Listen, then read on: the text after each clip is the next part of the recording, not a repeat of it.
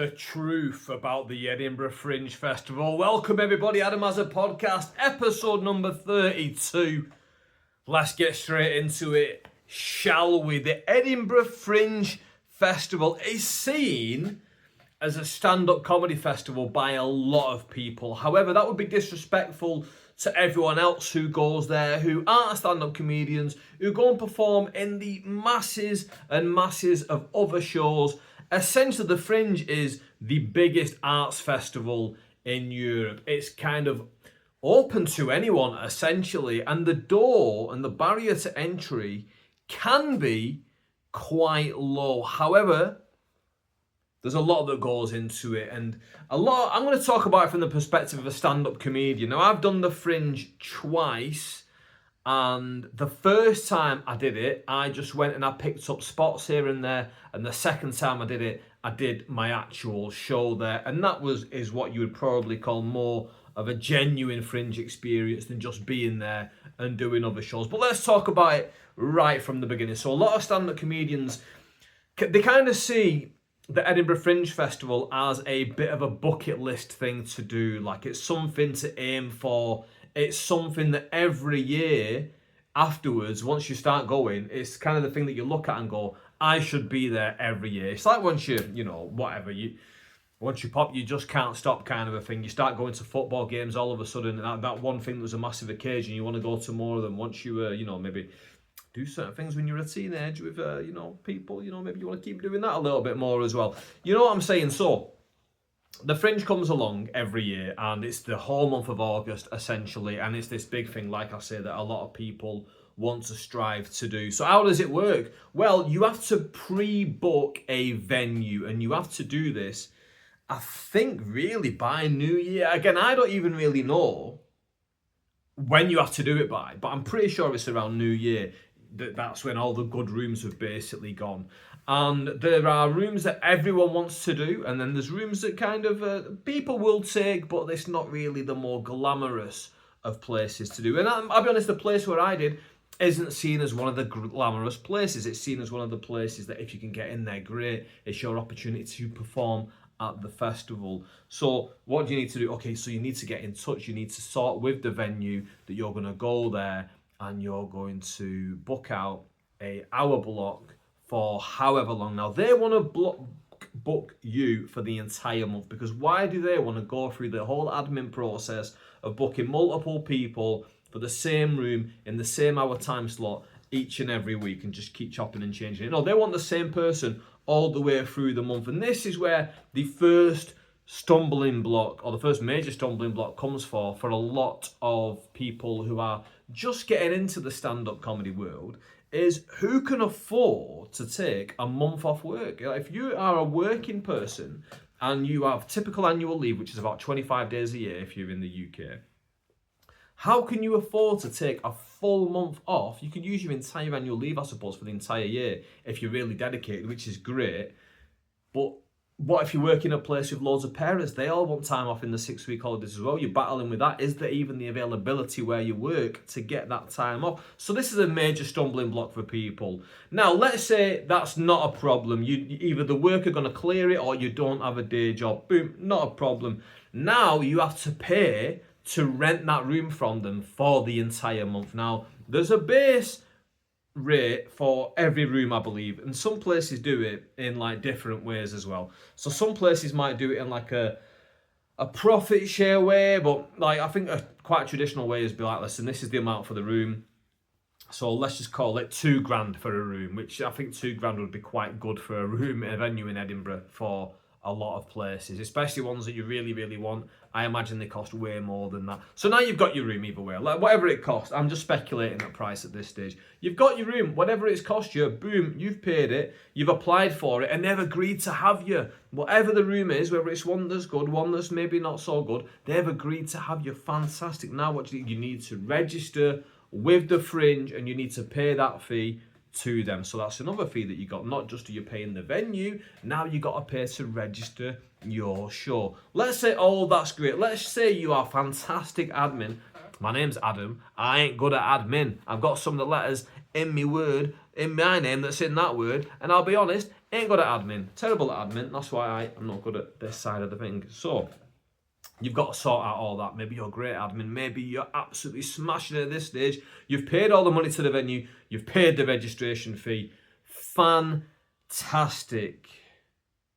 Where do you live?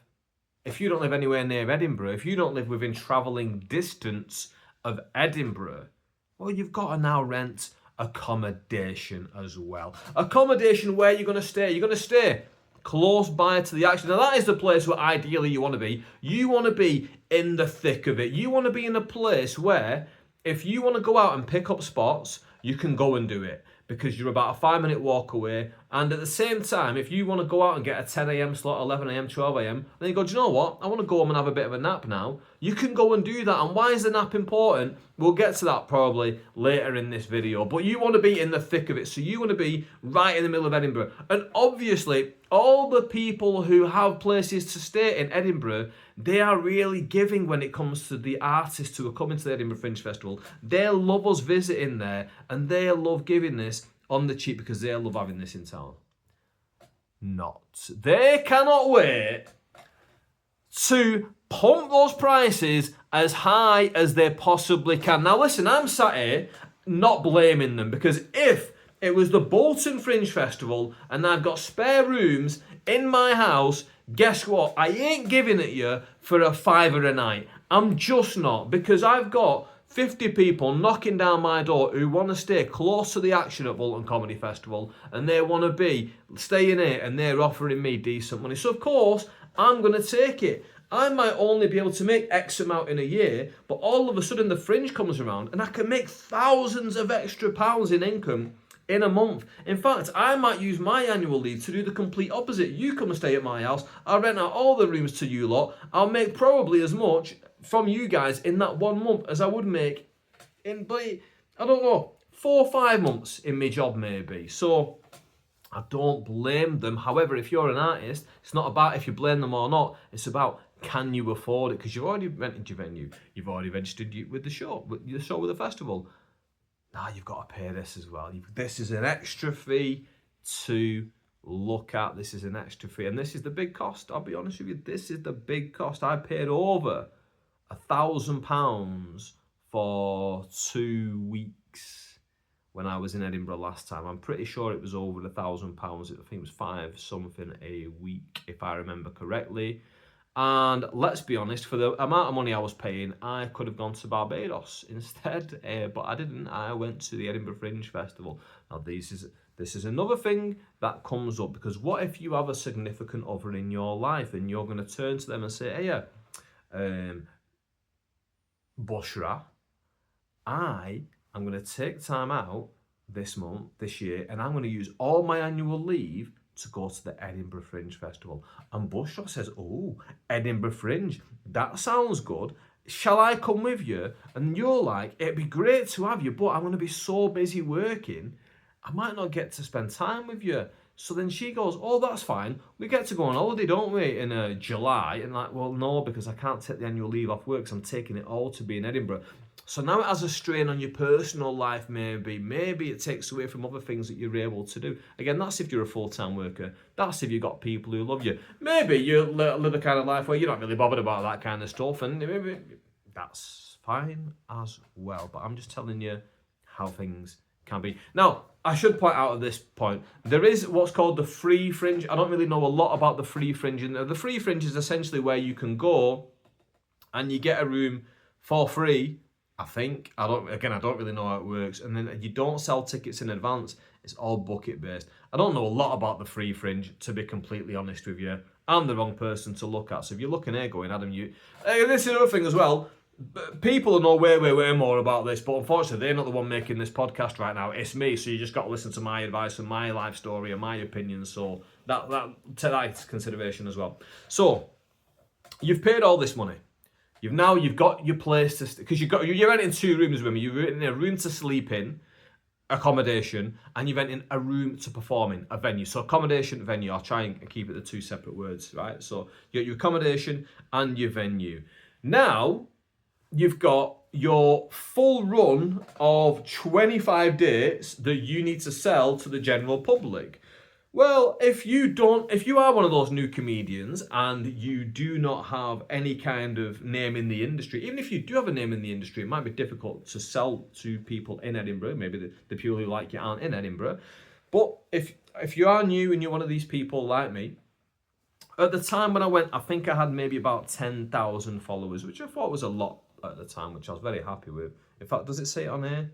No, I don't think it does say it on there. I've got my little flyer down here, which I'll show you in a minute, because that's going to come round right now. So you've got to advertise your gig. Now, how are you going to advertise it? There's loads of different ways. Now, what some people do is some people pay the official company in Edinburgh who go up and they put your posters in specific places all around Edinburgh. And these are the places who are the buzzy kind of people. Because if your face is on these big kind of posters, you know that this person is invested a lot into this show, and these are the shows that a lot of people are talking about. It doesn't necessarily mean that those are the best shows. It just means that those are the shows with the most money behind them. And again, it's not a bad thing that that person's put money behind them, because that person probably wants it just as much as the person who can't afford to put the posters there. However, they have the benefit of either being able to afford the posters or being able to scrimp and save and whatever and get those posters there. Here comes another part. So some venues, when you go, apparently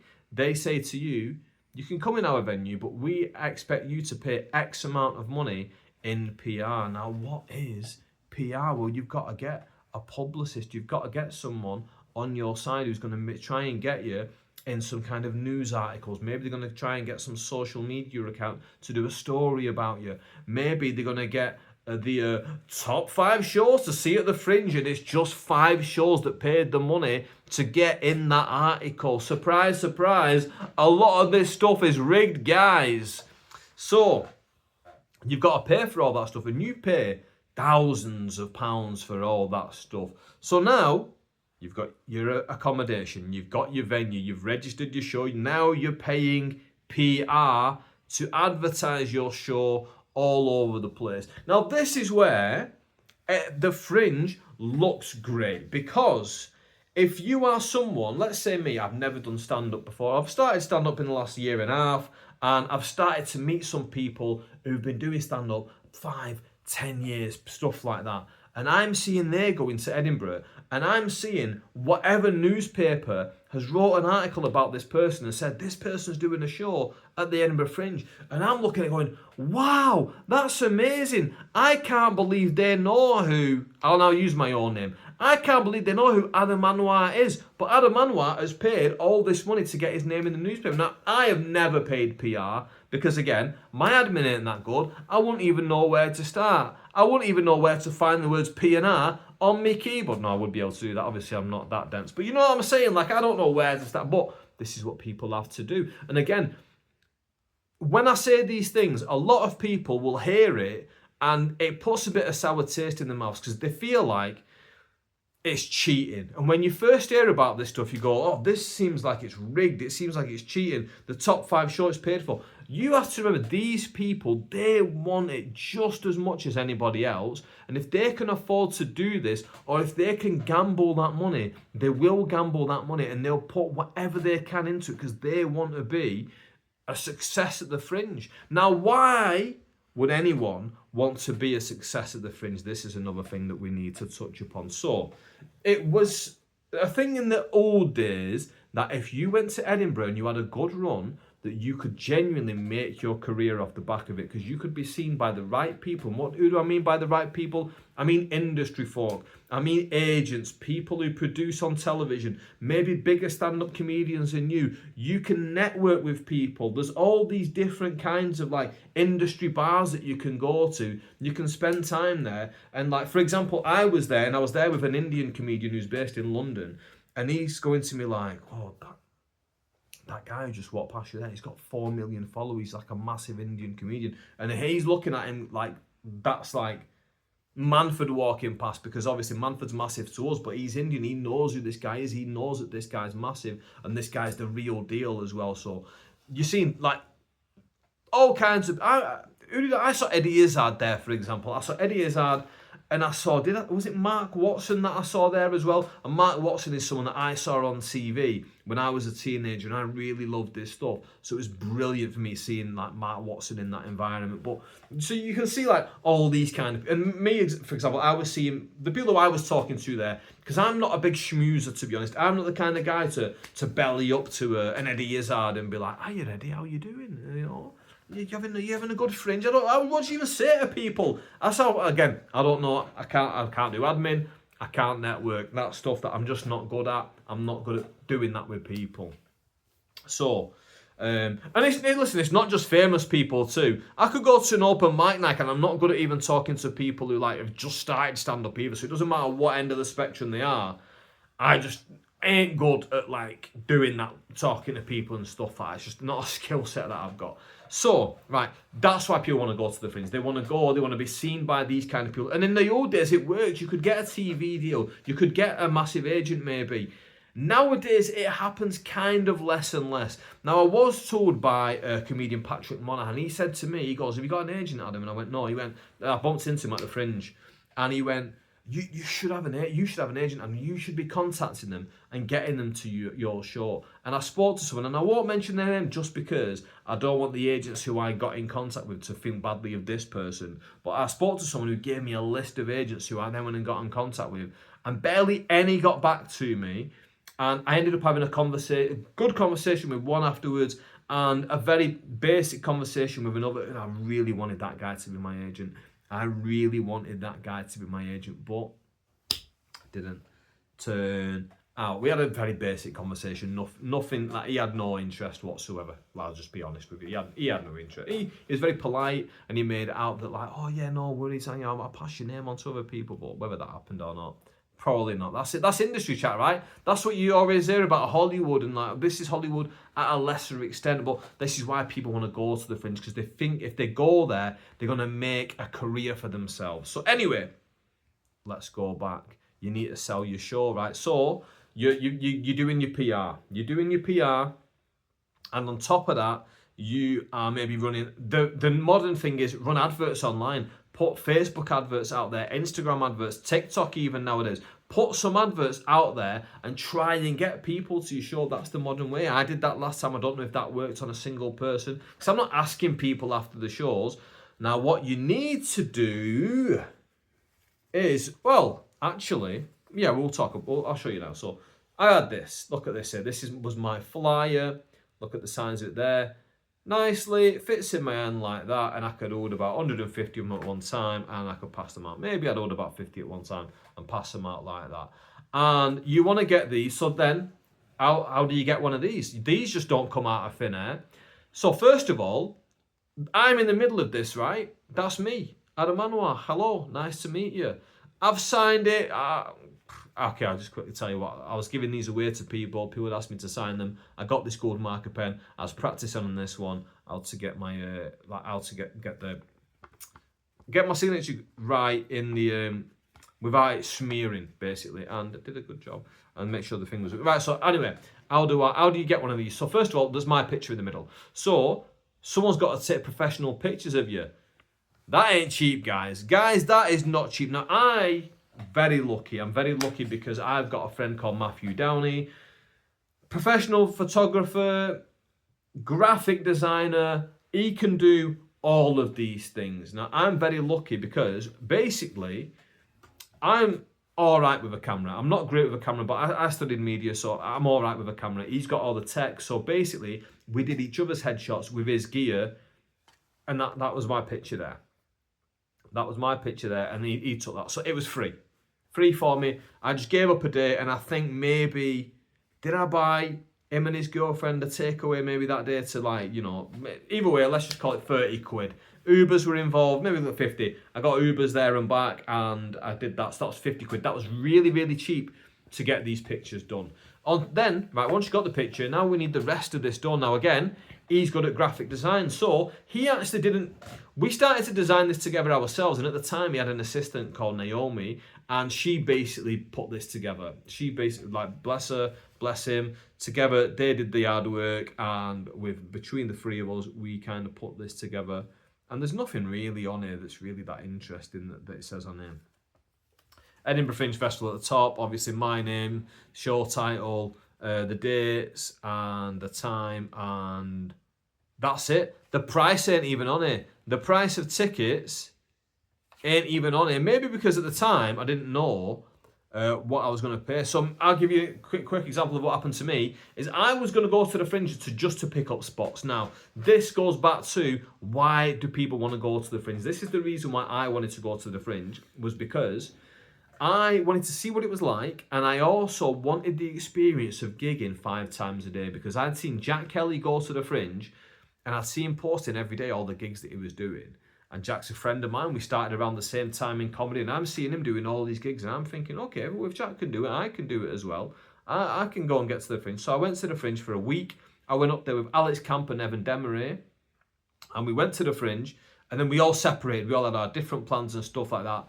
And I'll be honest, when they left me alone, I felt like I was swimming in the deep end, because Edinburgh in August is absolutely heaving. There's tourists galore walking through the streets. There's performers all over the place. There's audience all over the place. There's the locals all over the place.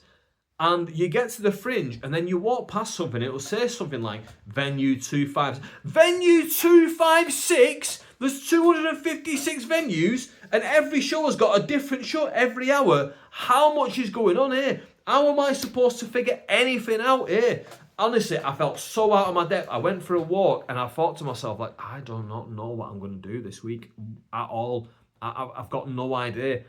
I think I went to Pizza Express or somewhere like that. I think I went and had pasta.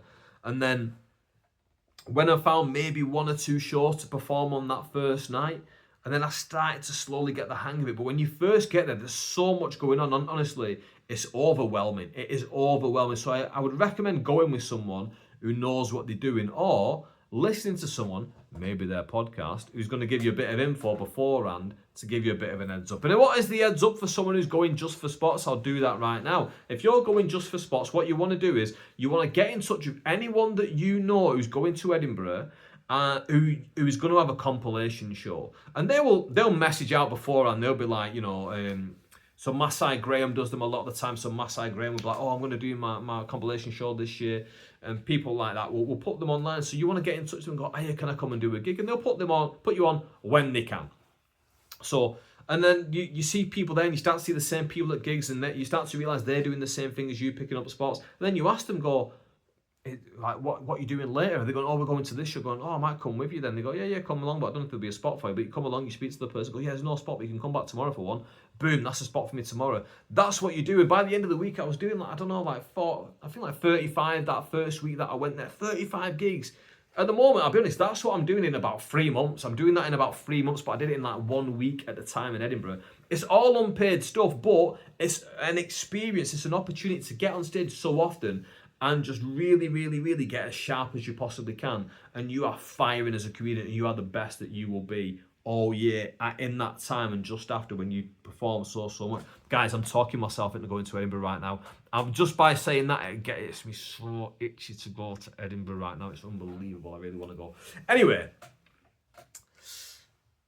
so you've got your flyer, right? You've paid for your professional pictures. You've paid for someone to make your flyer. Then you've got to print them out. Now, when I went that second time and I was going up for spots, I didn't have a show lined up. However, I didn't have a venue lined up. 3 days before, online I saw that room has become available for like 2 weeks.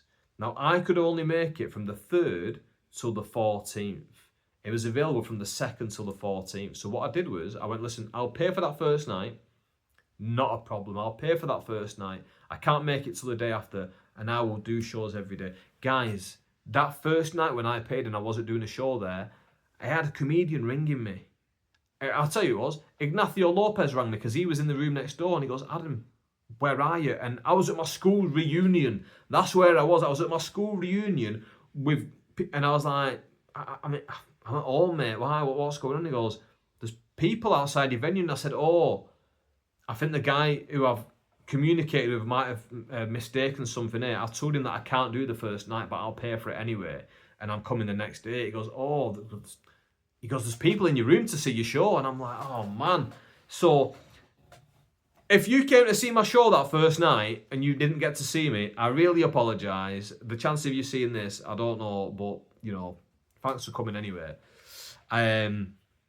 So, I only booked it a few days before, so everything was last minute. Getting this sorted out was last minute again. Bless Naomi, bless Matt for like really helping me out last minute. Me messaging him going, can you do me a favour? Can you help me make a flyer? Now, we actually had these for when I did Nottingham Comedy Festival and Leicester Comedy Festival beforehand, where I'd run out the show. Now, luckily, I already had the show in the bag. I had the show in the bag, and I believe the show is a good show. I don't think it's an amazing show because there were parts of it that I wanted to take out and improve on, and there's still parts that I want to take out and improve on. But I think I'd say it's a 7 out of 10 show. I think it's a good show, solid show. And I'm happy with it, but I do want to improve it still. I want to make it even better. Anyway, I had that ready to go. So when I saw the room was available, the venue was available, I thought, do you know what? I'm going to go and do it. I'm going to be there anyway. I'll go and do it. Took the room, took the venue. Did my show for 2 weeks. But because of that, I had 0 sales beforehand. I didn't even have these printed until about 3 days after my run had started. So you're behind everyone. You're behind everyone. You don't know how it works. The first night, I'm out flyering on the street. Now, this is another expense for you. If you don't know how to flyer, you might not have a good sales technique. Me personally, I do not like to speak to the audience before I've gone on stage. And that includes friends of mine as well. If you're a friend of mine in real life and you come to my gig, I probably won't speak to you before I perform. Only because I feel like it ruins what you're about to see. I want you to anticipate what's he like when he's on stage, and I do not want an interaction immediately before with you. So even with my friends, I try not to speak to them beforehand at a gig. So I don't want to speak to audience. However, when you're flyering, you're trying to get anyone in, so you're desperately speaking to everyone, and it ruins the dynamic a little bit because you take away that air of mystery. So what can you do instead? You can hire a flyerer.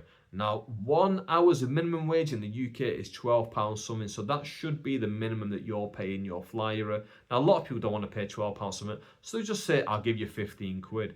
You've got to pay 15 quid. Now, some people do a full room bonus. If I've got a full room, I'll give you X amount on top of that as well. These are things that you can do to get a flyer in, especially a good flyer, because there's a difference between just paying someone to go, oh, you want to see comedy?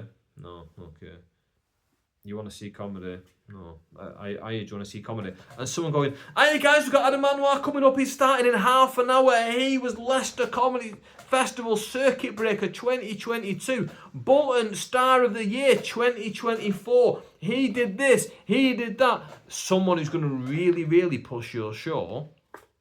That's what you want. You want someone who's good at it, who's going to get people in the door, because that's what you're paying them for, essentially. So the people who are better, they're in demand. And the people who are good at it get hired by the same people every year to come back and do it again. So you can't even get those people. So you've got to pay good money for people who are good at flyering. But I'm a cheapskate, so I didn't pay a single person. I flyered myself. Even though I didn't like it, I thought, do you know what? Get out of your comfort zone, Adam. Make it harder for yourself when you're on stage, but that will make you an even better comedian. And I'll be honest, it did. I enjoyed it. I enjoyed it, but it was soul crushing when you're outside and you're going, do you want to come and see my show, please? I'm a comedian from Bolton, and I just put my show on sale, so I've not sold any tickets, and I think I'm going to be lonely up there. And there were so many days, guys, where I genuinely thought, like, we're going to have to cancel this show. And then before you know it, like, so my first 2 shows, I performed to 6 people. That, when you think of all the money that goes into all those finances I was talking before, and now I'm telling you I'm performing to 6 people, that ain't great, guys. That's not good. Like, you don't want to spend thousands of pounds. Now, obviously, the things I was talking about before is someone who's going to really do it in the run-up and sell loads of tickets before they even got there. And that's what I'd like to do in the future if I go. And every year I plan on doing it because my admin's bad. I get behind at the times and I end up not doing it. However, that is what I would like to do in future, is do that. I'm in a better position now because obviously I have a bit of a larger follower base. So now maybe there are people who live close by and I can sell a couple of tickets that way.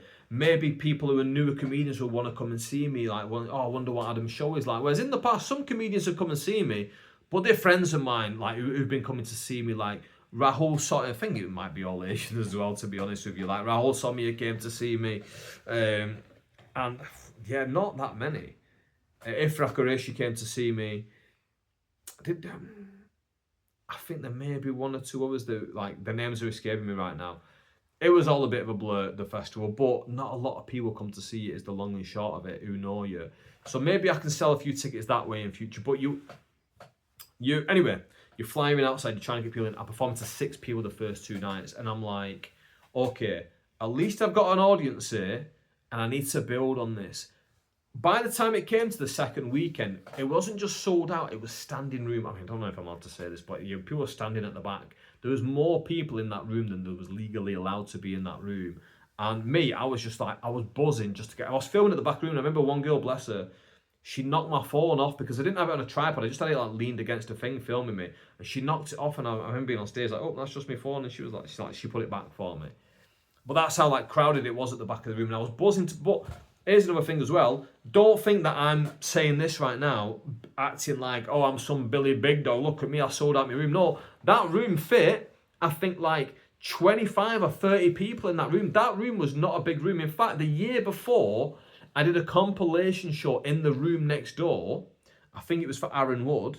And that room that was my performance space the year after, that year when I did the compilation show next door, that room, that side room, was being used as a changing room for drag queens. And then that changing room for drag queens, it was essentially just a locker room, became my performance space. They're just like doss around space.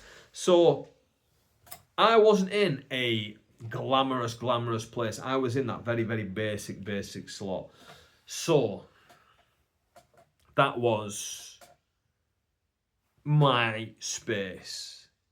What have I not answered? Oh, how'd you get people in? Now, you need to get good at your sales pitch. So what I was doing was, you want to say something that's going to stop people in their tracks.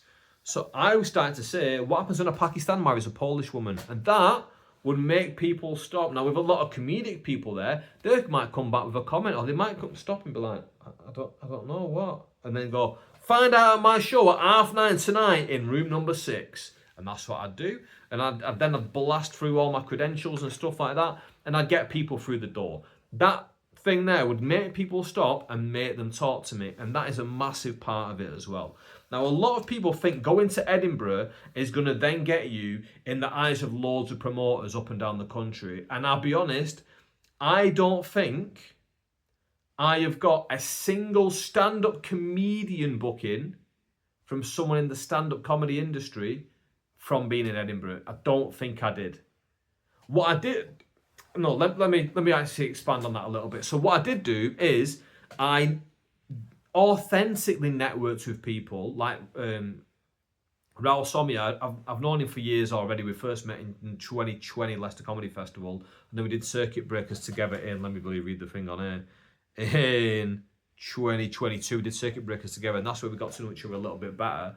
And I started to do a lot of his Asian occasion shows. He was doing like an Asian showcase. And then we would just go for food together. We'd just spend time together. We'd hang out. Through just authentically networking, because we're like acquaintances at the time, now we're friends, authentically networking together. Then he's booked me on a few of his shows afterwards. So that I probably did get some bookings out of, because again, just authentic networking. But I didn't meet, I don't think, any new promoter while I was in Edinburgh that got me any work. However, one thing that did come from that is where I met Shabazz Ali. Shabazz says, if you follow him on social media, he's got whatever, millions of followers. And I'd seen his stuff online, but I'll be honest, I didn't follow him. Seen his stuff online, and I thought his stuff was funny, but just, you think loads of people are funny, you just don't follow them because we're all a bit in our own world a little bit, aren't we? And an Asian fella and woman are kind of walking towards me. And for me, boom, that's my target audience. I hit them with the line. What happens when a Pakistani man marries a Polish woman? And Shabazz sarcastic, the girl's looking at him, Shabazz is looking at it, and he sarcastically says, I don't know, his family disowns him, and I thought, hey, that's good, that, mate, but it's not quite right. Find out tonight at 9:30 in my show. He goes, what? He goes, what time's your show? I got on here, actually 9:45, and he goes, I've got to be at another show myself. I've got to be I'm going to another, he goes, I'm going to another show, something like that. And I won't make it because that show's 9 till 10. Now, I didn't realise this was the guy that I'd seen on the internet. I just thought he was a random bloke on the streets. But obviously, we're talking to each other. We're in Northern accents. He goes, where are you from? I go, Bolton. He goes, do you perform in Manchester? I go, yeah. He goes, right, let me get your Instagram. I'll follow you. And I'll come see you in Manchester. I thought, yeah, no worries, mate. If you can't come to gig, whatever. I don't even think about it. I do the gig, I do my show, I'm walking back to the bus stop and I get a blue tick follow and it tells you at the top of your Instagram like priority notifications. Shabazz says follows you, blue tick. I'm going, who the hell is this?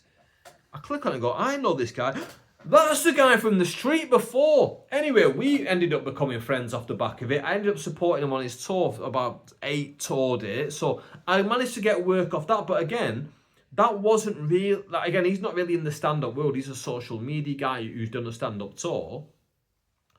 But that's just someone who I became friends with through that. But again, no real promoter. So a lot of people think, oh yeah, I get. Now that's not to say that you can't get in with promoters here. If you're a more of a merciless networker, if you're willing to do these things and go out your way to do things, I bet you can do that. Me personally, it's not in my makeup. I just don't have that ability in me. I find it cringeworthy even requesting agents to come to my show, and that's another thing that I did. I requested all these agents come to my show. We've only about 3 shows left, and of course they're all already booked up, especially 9:45 at night. They don't want to come to my show, and of course no agents came to my show whatsoever. However, one industry person came to my show. And this is a person that I met at a compilation show. Now, what is the name of this compilation show? It happens at 12:45 in the middle of the day, and Lydia Hurst runs it. And I can't remember the name of the show. But either way, I really get along with Lydia, so I try to do that show as much as possible. Now, this time in Edinburgh, my show was starting at 9:45 at night. And because it's so expensive staying in Edinburgh city centre, the first year I went, I stayed in a 16-person hostel room. 16 people were in that hostel room, and I paid not a cheap amount to stay in there. It was about 100 a night, if I remember correctly. I paid a lot of money to stay in that hostel room, right? And it weren't a great experience. The best thing was it was in the centre, so that was nice. But it's a hostel, so like, there's all kinds of noises going on. You don't really have a lot of privacy. You're a bit worried that what if someone tries to steal some of my stuff? Like, you know, listen, I will defend myself, but I'm not looking to go actively fight people, right? So what if that happens? So on top of that, the last night I got back to my bed and there was a guy in the bed. And then I could tell he was from a stag do that had arrived earlier. And I'm like, what if this guy's just come with his mates and doesn't have a bed? And I'm trying to wake him up and get him out of my bed. And I'm like, what bed are you supposed to be in, mate? He's like, bed number 12. And I'm like, this is bed number 8. He's like, I know, mate. And I'm like, so I went round to bed number 12. Empty.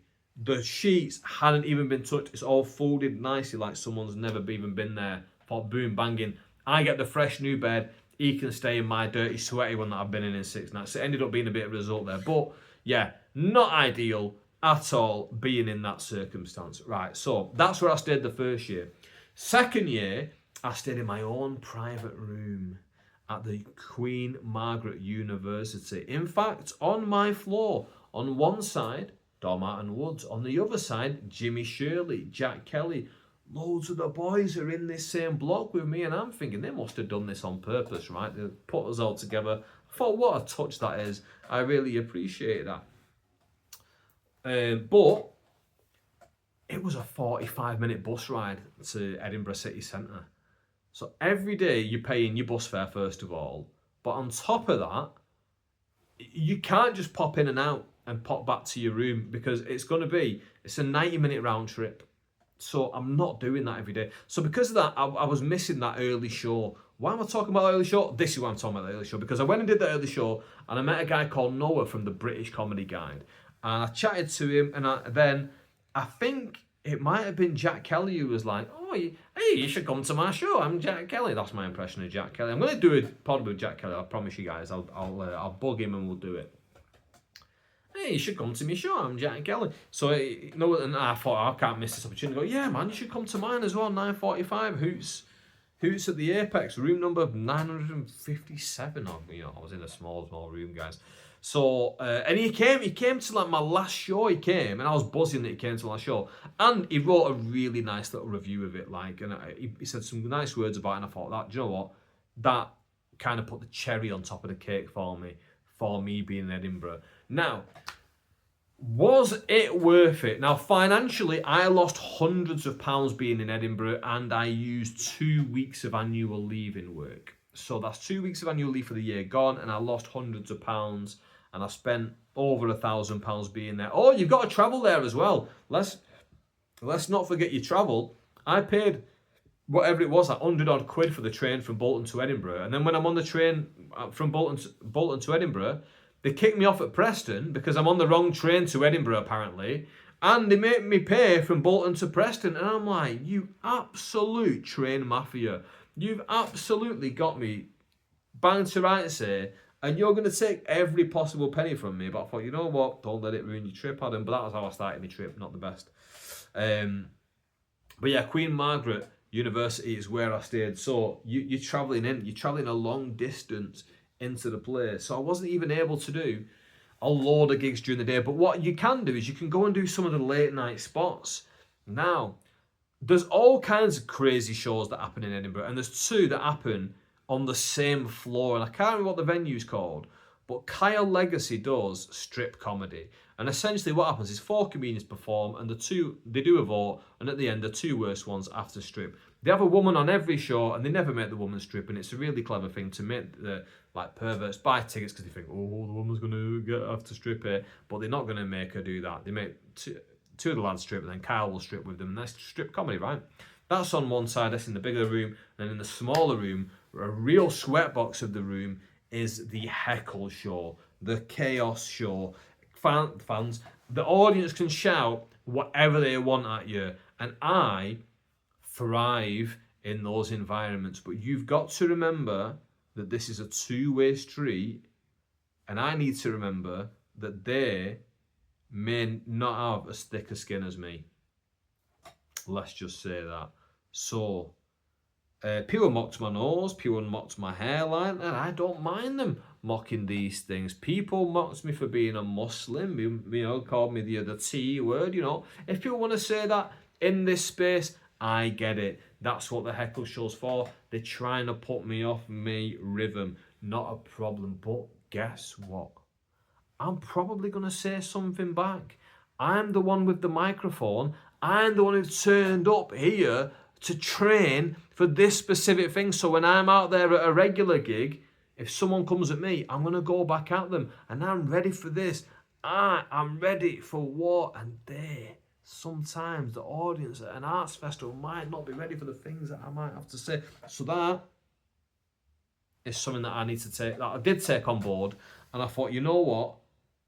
I hurt someone's feelings, I'll be honest. I hurt somebody's feelings. And although I felt that I was within my rights to do so because they offended me first and they tried to hurt my feelings first, and because I was able to actually hurt their feelings, they got upset.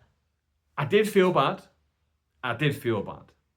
And I thought to myself, I don't like the feeling of making that person feel bad, even though they tried to do it to me first. Because I'm not that kind of person. You tried it on me first. No. I still feel bad that I made you feel bad. Like, that's made me feel worse than you trying to make me feel bad in the first place. So, yeah. I think I've covered a lot of Edinburgh there. The one thing I would say, though, right, after all of that, would I recommend that you, watching this at home, do I recommend that you take your show to the Edinburgh Fringe Festival? The answer absolutely is if you can afford it. If you can genuinely afford it. And then again, it's up to you to decide what is affordable and what's not. Some people might go, well, I can take a bank loan for $2,000 and I can afford it then. And if that's what you want to do, and if in your mind that means you can afford it, I can't stop you. I wouldn't do that. If I had to take a loan to go to the Fringe Festival, I would absolutely not be going to the Fringe Festival. What I would say though is, if you can afford it and not take your show there, just go and pick up spots, just go and hang out with the other comedians. I think it is a great, great place to be. I think it's WrestleMania, and I love WrestleMania. It's WrestleMania for stand-up comedians. Everywhere you go, you're seeing other stand-up comedians. You're bumping into people that you know. You're bumping into people that you don't know, that like aren't famous. So like I don't know. Let's say Dan Tiernan. Like, Dan's a friend of mine, so like I know Dan Tiernan, but like someone on the level of a Dan Tiernan who's not like mega famous like an Eddie Izzard when I bumped into Eddie Izzard, but he's not someone like an open micer either. He's someone who's like in the middle. So you've seen these people you might know from social media, maybe. You've seen people that you do know from the scene. You've seen people who... It's a great, great place to hang out as a stand-up comedian. Like I said, Lydia Hurst, I'd go to her show. We'd go to Mosque Kitchen at the Masjid in Edinburgh. They have a food section where they pay. You can go and pay. You can go and buy food for them. And the food there, banging, bit of rice and curry. Love a bit of that. We'd sit there, we'd eat that. Me, Lydia, who else had been on the show. It was a lovely, lovely thing to sit and catch up with people. The only thing for me was my show was 9:45. I wish my show, if I could get a show, genuinely, about 6, 7 p.m, I imagine that's probably prime time and the best slots that everybody wants. But I'd probably want more of a slot in the daytime. I think that's probably what I would want, maybe. Yeah, I'm not too sure. Do you know what I'd actually need to do? I need to talk to Jack Kelly about this. I need to get Agent Kelly on the job and be like, listen, Kelly, lad, we need an answer here. What should I be doing? And how should I be doing it? Let's get on the ball together. So I need to be thinking about these kind of things. Now, another thing I did not mention. There's a big thing that a lot of people want with Edinburgh, and that's an award. A lot of people want best show at the Fringe, best newcomer at the Fringe, and everyone goes thinking that they can get it. Now, when I went, I did a 45-minute show, which doesn't count as a full show, which a lot of people call the Coward's Hour. And I'll be honest with you, anyone who dare says that to me, you're absolutely right. It is the Coward's Hour. Next time I go, I want to just do an hour, and I want to debut. Even though it's my 3rd year at the Fringe, even though my first year going was 2023, and the next possible year I can go is 2027, I want to just do a debut show and just get it out of the way. Because only one person's going to win best debut that year. And a lot of people put it off because they want a massive breakout moment. But I feel like, just get on with it, mate. Just get on with your stand-up comedy life. I'm running out of story space, so I'm going to leave this Edinburgh chat there. Where was I gigging last week? I gigged at the Aviary in Preston. I went with the Mighty Swab. It was a really good time. I had a really good time with that audience. I struck comedy gold because in the front row there was a woman from Cockermouth and there's a guy from Congleton. If you don't know, Congleton has a bear festival, and that is aimed at getting children to that village. Sounds a bit Pied Pipery to me. So I had comedy gold there. This week's shows that I've got coming up, I've actually got an audition for something, for a social media thing tomorrow. After that, I'm gigging at the Bury Met, where I gigged back in 2020. It's one of the prestigious venues in the area, to be honest, the Bury Met. Maybe the best place to play it in Bury, beside Gig Lane, if I could ever do a gig there. And then on Friday, I'm gigging, I think it's Wrexham. It's definitely North Wales. It's a gig that I've been recommended for in the past. I've been looking forward to doing it. I'm able to now go and do it. Looking forward to going there, being able to perform. But yeah, I think I covered a lot of the Edinburgh Fringe stuff there. If there's anything that I think of, I can cover it in next week's episode. Hit the subscribe button, guys, if you haven't already. Press the like button, share it with some other comedians. Go, hey, listen, go see what this guy's got to say. He ain't got a clue what he's talking about. Some people probably will think that. And again, some people higher up in the game maybe will get to be able to give you more perspective. There's other ways to go to Edinburgh. There's those collaboration shows that will fund you to go there, like Best in Class, which I applied for a few times. Didn't apply this year. And people keep at me. People who've been on it before keep saying, Adam, why don't you apply for it? And I said, listen, I did apply loads of times. I forgot this year. And now people are saying I could have got on it. I don't know. I don't know. I'd love to be on it though. I'd love that opportunity. There's other things like that as well, like big value and that kind of thing. There's a few different ways you can go about it. Either way, guys, that has been a podcast. Thank you for watching. My name is Adam Manwat. See you later.